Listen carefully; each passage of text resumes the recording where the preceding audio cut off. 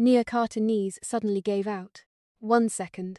She was reaching for the glass of water, sitting across the hotel suite table. The next second, the room spun violently beneath her feet. Marcus reacted instantly. Nia!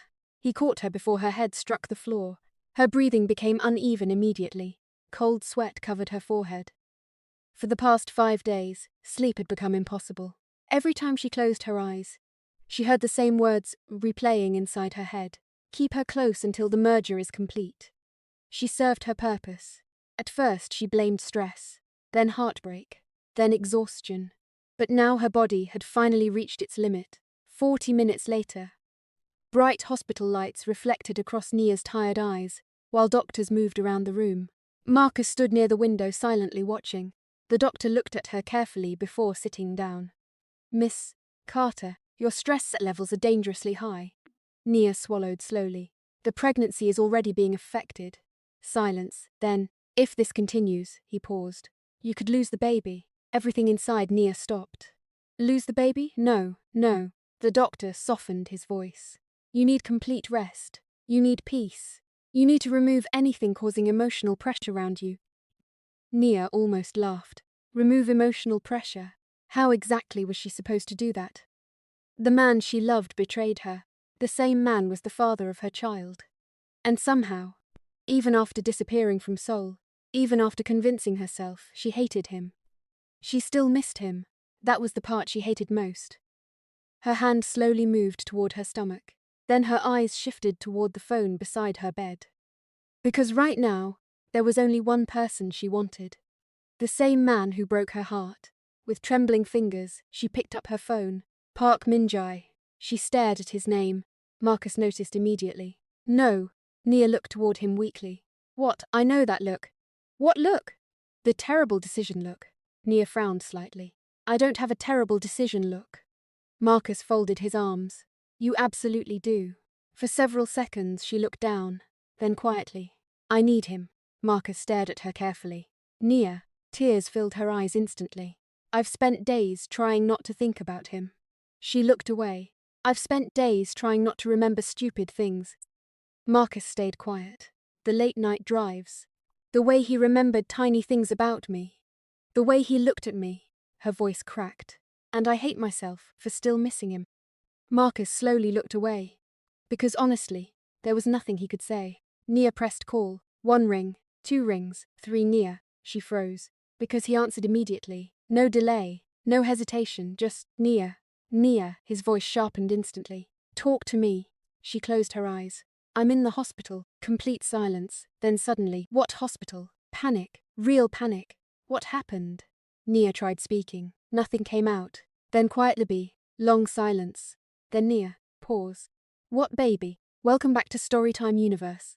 Today's episode is packed with dangerous love, betrayal, emotional twists, shocking secrets, revenge and impossible choices. If this is your first time here, make sure you like this video, subscribe to the channel, and click the notification icon so you never miss when amazing stories drop. And also tell me in the comments which city you're watching from, because I honestly loves seeing where all of you amazing viewers are supporting from. Now, let's dive back into this emotional roller coaster. Nia's eyes widened immediately. Her hand tightened around the phone. She wasn't supposed to say that. Not now. Not like this. Marcus looked towards her instantly. On the other side of the line, Min-jae wasn't speaking anymore. Then quietly. Nia. His voice had changed completely. What do you mean, baby? She looked helplessly toward Marcus. Marcus slowly shook his head. Don't do it. Don't tell him. But suddenly Nia remembered a rainy night in Seoul, her head resting against Min-jae's shoulder, his arm pulling her closer, then his voice. You know what scares me? She remembered laughing softly. Park Min-jae gets scared. He looked at her quietly. Losing something I can't replace. Back then she thought he meant power. Now she wasn't sure anymore. Nia. His voice pulled her back again, softer, more afraid. Talk to me. Tears rolled down her face. I'm pregnant. Silence, absolute silence, no breathing, no words. Nothing. Then finally, how far? It's another silence. Then quietly. Nia closed her eyes, because somehow hearing the emotion in his voice hurt even more than the betrayal. Then suddenly Min-jae spoke again. Nia, what hospital are you in?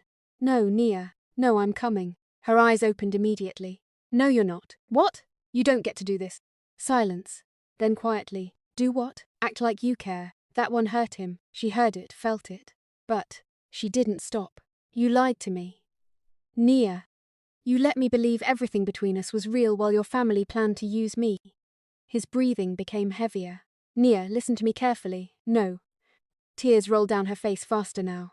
You don't get to explain things after destroying me. Long silence followed. Then quietly. I deserve your anger. Nia froze another silence. But don't ever think I didn't love you. Her chest tightened painfully, because part of her still wanted to believe him. Then Marcus suddenly moved toward the hospital door. His expression changed instantly. Nia, she looked up. Marcus lowered his voice. We need to leave. What? Marcus looked through the small glass panel near the door. 3 men in black suits had entered the hallway. One of them held a photograph. Nia's photograph. Everything inside her stopped. On the phone, Min-jae's voice became ice cold instantly. Nia. Silence. Are there 3 men outside your room? Her eyes widened immediately. How do you know that?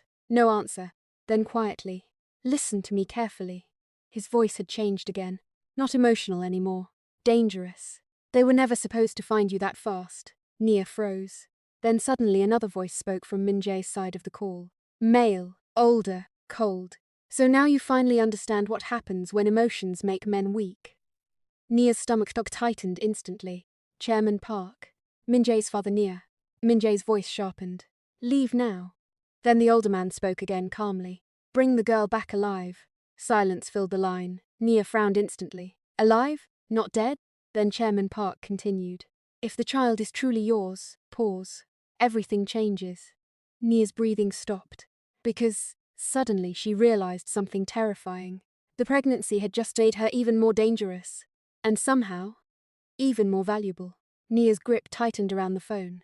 Alive? Not dead? The words repeated inside her head.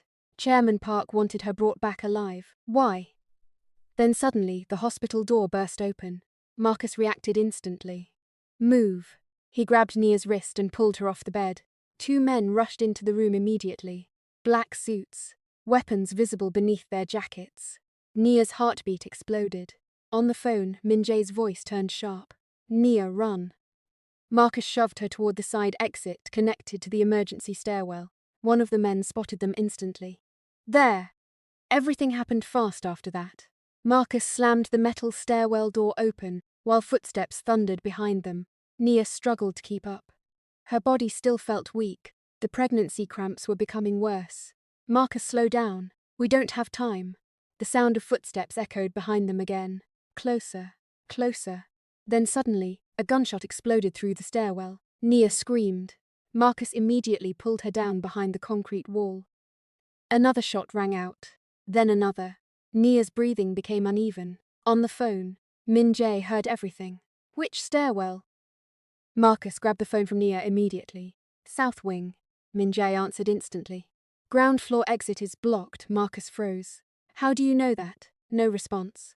Then, take the service elevator on level 12. Marcus frowned immediately.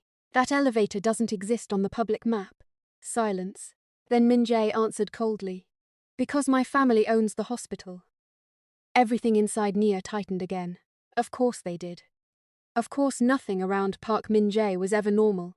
Marcus pulled Nia up quickly. Come on. They ran again.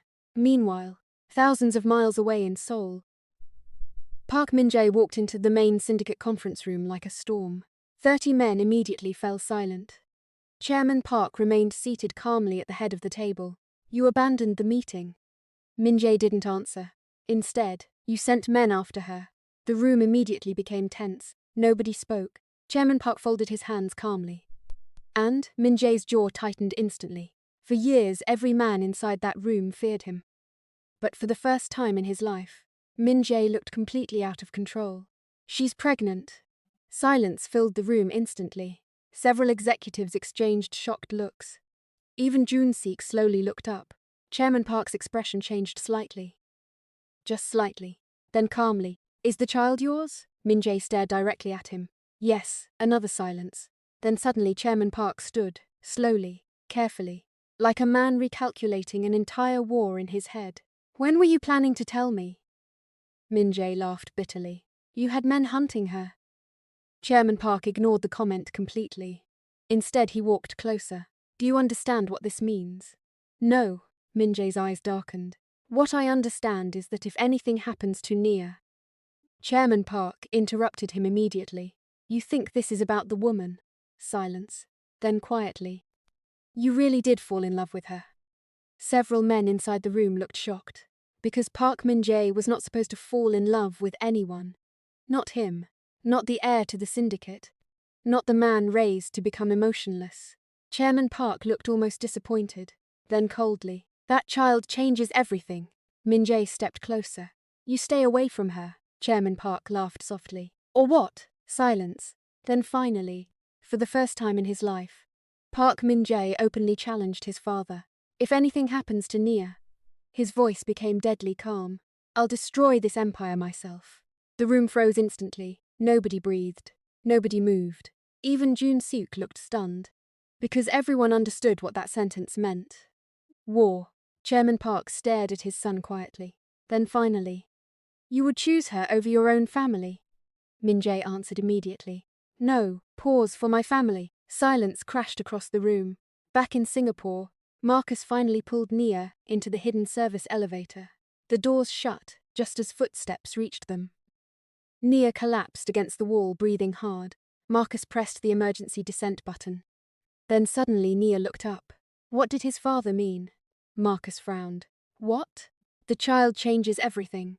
Marcus stayed quiet for 2 seconds too long. And Nia noticed immediately. Marcus. He looked away briefly, then quietly. Nia, silence. I think your baby just became the most important person inside the Park Syndicate. Nia stared at Marcus inside the moving elevator. I don't understand. Marcus kept his eyes on the floor numbers changing above them. You don't need to understand everything right now. Marcus. Her voice sharpened. What does my baby have to do with his family? Marcus stayed quiet, and that silence immediately irritated her. No, she shook her head. No more secrets. The elevator continued descending. Marcus finally sighed heavily. The Park Syndicate isn't just a criminal empire. Nia frowned.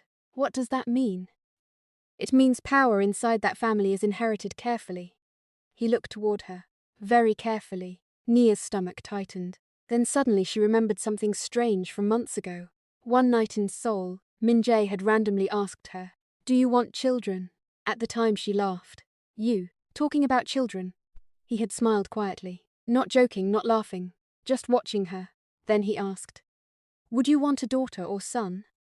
Back then she thought it was harmless conversation. Now suddenly, it felt different. The elevator doors opened into an underground parking level. Marcus grabbed her arm gently. We have to move. Rain poured heavily outside while black SUVs waited near the exit. Nia immediately stopped walking. Marcus looked back. What? Who do those cars belong to? Silence. Then Min-jae. Nia stared at him in disbelief. What? We don't have time, Nia. No. She stepped backward immediately. No. Marcus looked frustrated. Nia, listen. He sent people after me, and he also stopped them. Silence. That hit harder than she expected. Because honestly, she didn't know which version of Min-jae was real anymore. The man who betrayed her, or the man risking everything to save her. Marcus opened the SUV door.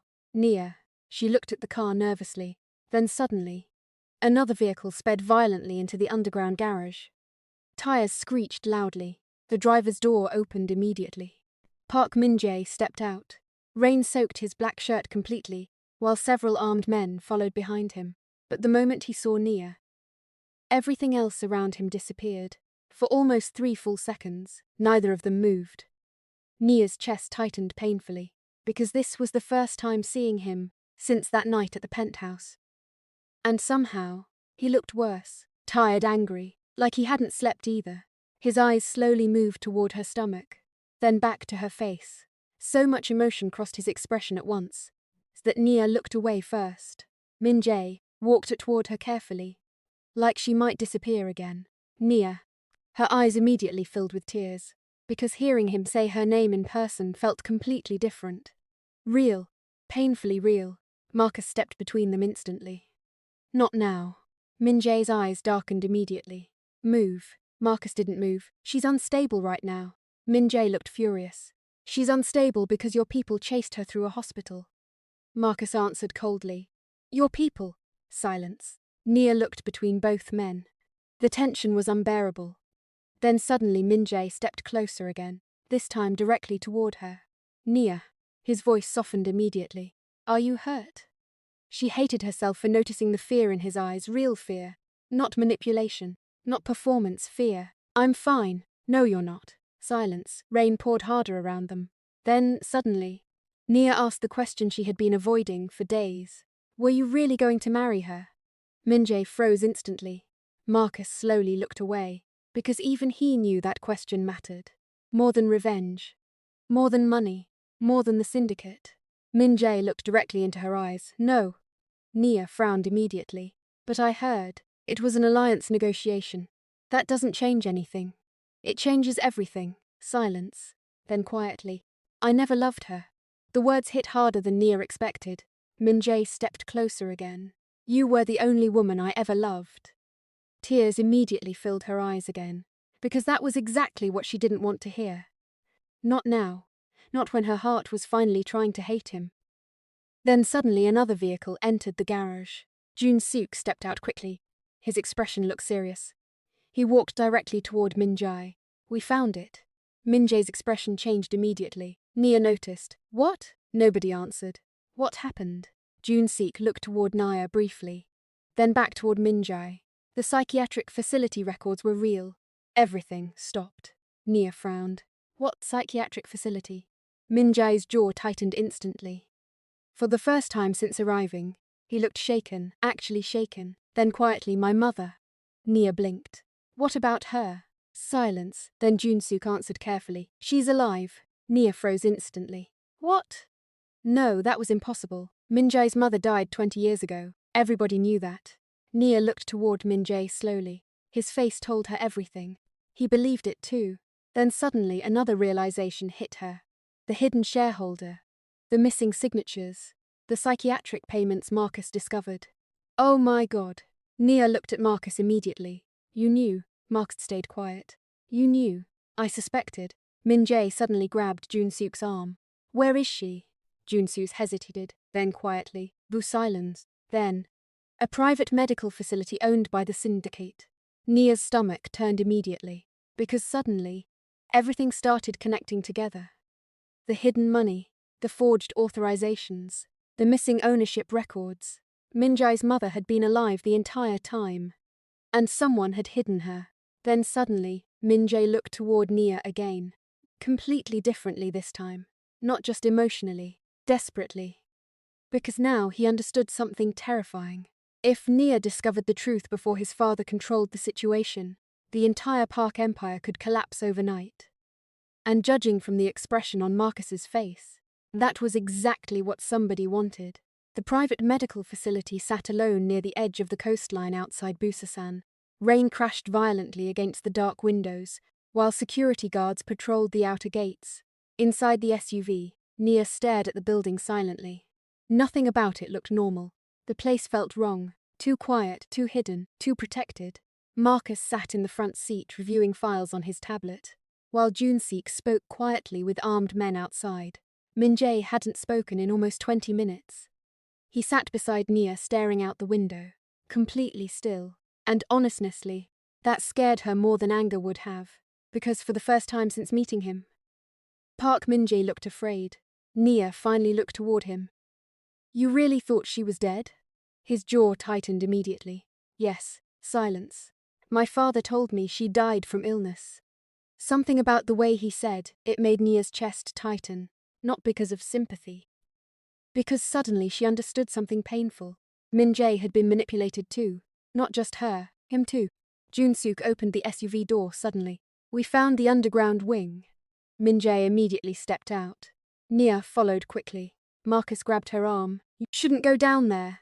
Nia looked at him. Why? Marcus hesitated. Then quietly. Because I don't think you're prepared for what you're about to see. But Nia pulled away anyway. Minutes later, Cold underground lights reflected across concrete hallways, while armed guards lay unconscious on the floor behind them. Nia's heartbeat grew heavier with every step. Then finally, they stopped outside a secured metal door. Junseek entered the access code. The door slowly opened, and everything inside Nia froze. A woman sat near the window quietly reading.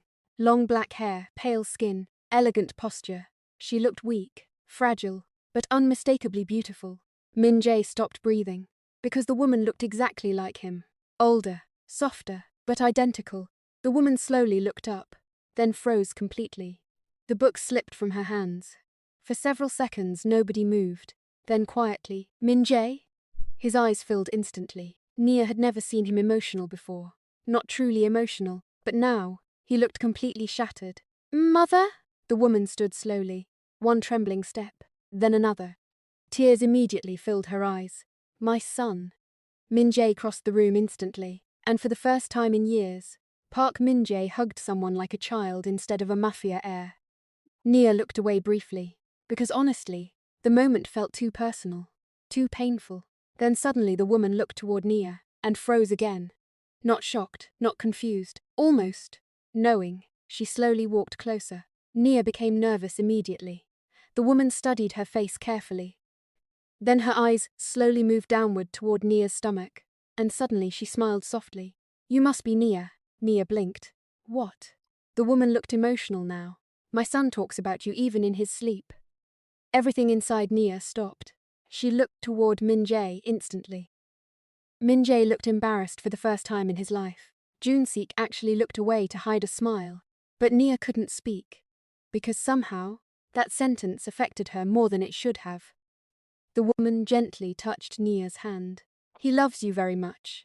Nia immediately looked away, because hearing that now felt dangerous. Very dangerous. Marcus quietly stepped deeper into the room, studying nearby documents. Then suddenly his expression changed. "What is it?" Nia asked. Marcus slowly lifted a file. His face looked serious now. "These signatures." Min-jae looked toward him immediately. Marcus placed the documents on the table. Every corporate authorization connected to hidden syndicate accounts carried the same signature. Park Min-jae, Min-jae's mother. Nia's eyes widened instantly. "No way." Marcus nodded slowly. "They've been drugging her for years." Silence crashed across the room. Min-jae looked horrified. Marcus continued. "Under sedation, they forced her to sign asset transfers and ownership authorizations." Nia slowly stepped backward, because suddenly everything finally connected. The hidden accounts. The missing ownership trails. The impossible signatures. The syndicate never lost control of the empire after her death, because she never died. Min-jae looked sick, actually sick. Then quietly, "My father did this." His mother looked away silently. That silence answered everything. Min-jae suddenly punched the wall hard enough to crack part of it. Nia flinched instantly. Junseek stepped forward carefully. "Min-jae, no." His voice shook with rage. No, for the first time. Nia truly understood how dangerous Park Min-jae could become. Because this wasn't business anymore. This was personal. Then suddenly his mother spoke quietly. He wanted complete control. Min-jae looked toward her immediately. Tears rolled down her face slowly. "When I tried leaving with evidence against the syndicate." Her voice cracked. "Your father locked me away." Silence filled the room. Then she looked toward Nia again, and what she said next changed everything. "He tried using you too." Nia froze instantly. "What?" The older woman nodded sadly. "The moment your investigation reached Seoul." She looked toward Min-jae.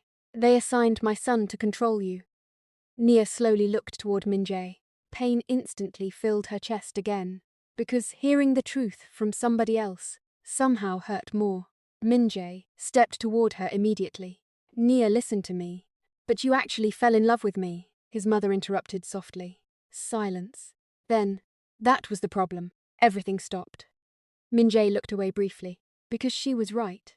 At first Nia was only supposed to be watched, distracted, controlled, but somewhere between the late-night drives, the quiet conversations, and the moments he stopped feeling alone around her, everything changed. Nia looked at him differently now, not with trust, not with hatred either, something worse, confusion. because suddenly she didn't know what parts of their relationship were fake anymore. And honestly, that terrified her more than the syndicate itself. Nobody spoke for several seconds. Rain continued crashing against the underground facility, while tension filled the room heavily.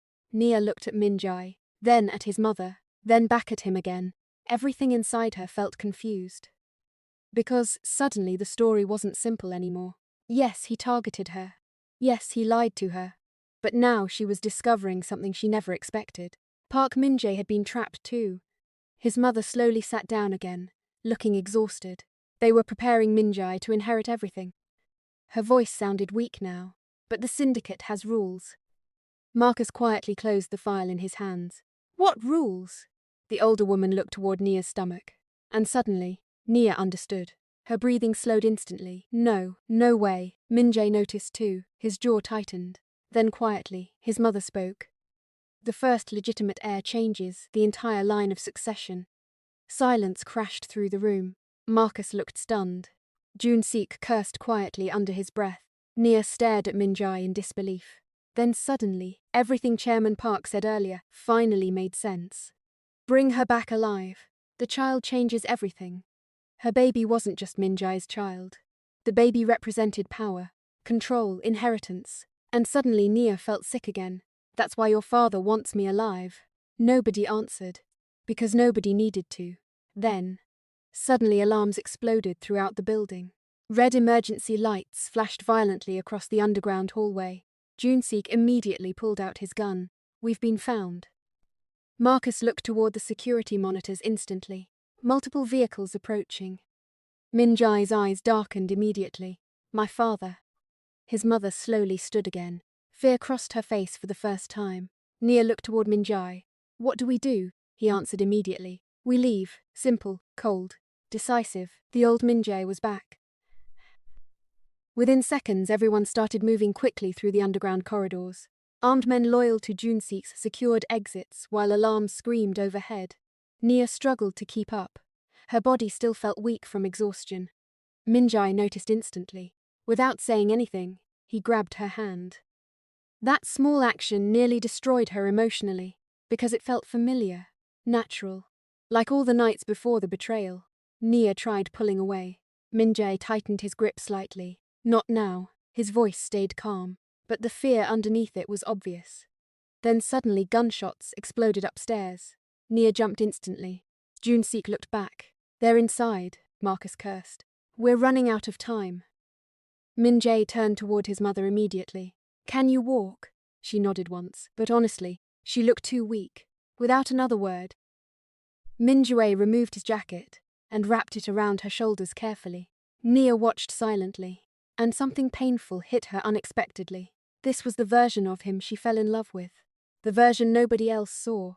Not the Mafia heir, not the syndicate prince, just Min-jae, human. Then suddenly, another explosion shook the building violently. Dust fell from the ceiling instantly. Jun-seek looked furious now.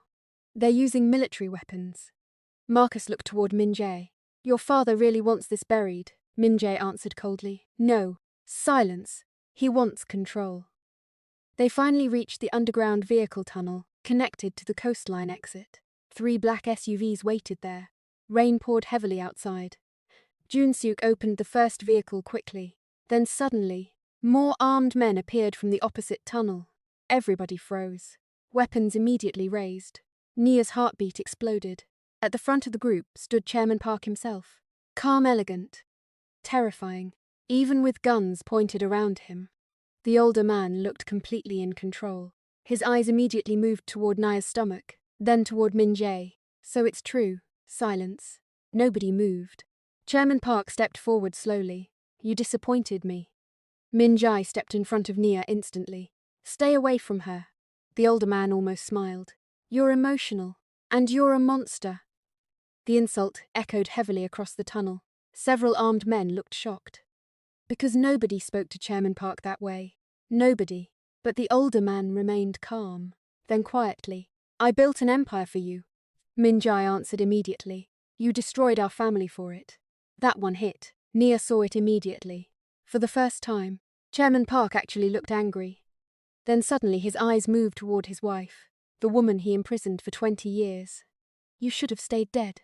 Nia felt sick instantly, but before anyone could react, Min-jae pulled out his gun. Every weapon in the tunnel immediately lifted. Chaos, pure chaos. Nia's breathing became uneven instantly. Jun-sik moved in front of Min-jae quickly. Don't do this here. But Min-jae never looked away from his father. For the first time in his life, there was no fear left between them, only hatred. Then quietly Min-jae spoke.